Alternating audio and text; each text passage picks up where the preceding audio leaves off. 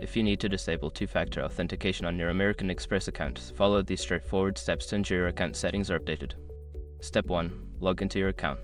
Before changing your settings, use the srock.com link in the description to open a password strength checker, then update your password if needed. Step 2. Navigate to Account Services. Once logged in, locate the Account Services or Profile section in the main menu. This is where you can manage your account settings. Step 3. Find Security Settings. In the Account Services section, look for Security Settings or a similar option. Click on it to access your two-factor authentication settings. Step 4. Disable two-factor authentication.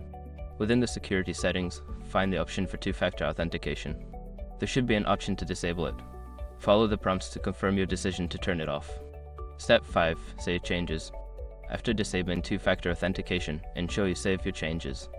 You may receive a confirmation message indicating that your settings have been updated successfully. By following these steps, you can easily turn off two-factor authentication on your American Express account. Always remember to keep your account secure by using strong passwords and monitoring your account activity.